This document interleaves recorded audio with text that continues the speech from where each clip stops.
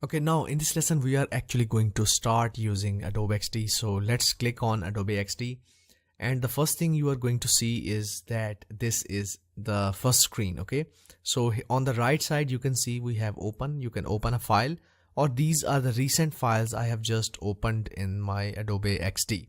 Okay, here we have different templates and sizes, standard sizes for different devices. Like if we are designing for iPhone, you can see iPhone X, iPhone 6, 7, 8 plus size, and then we have iPhone size, iPhone 5 size, and Android mobile. Okay, then these are few sizes for iPads, Surface Pro, tablets. So these are tablet devices. Then we have for web like 1280.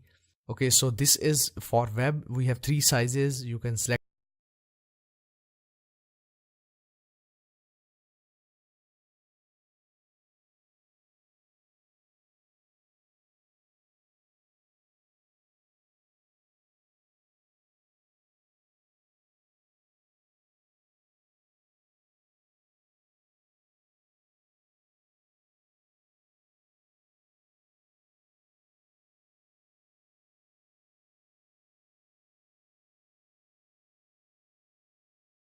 heading size, or the top navigation bar size, or the bottom tab bar size of Apple iOS. So if I am designing for iPhone, I want to start from Apple iOS standard guidelines. Okay, similarly with material design, Microsoft Windows UI, and wireframes. Okay, so these are 4 UI kits.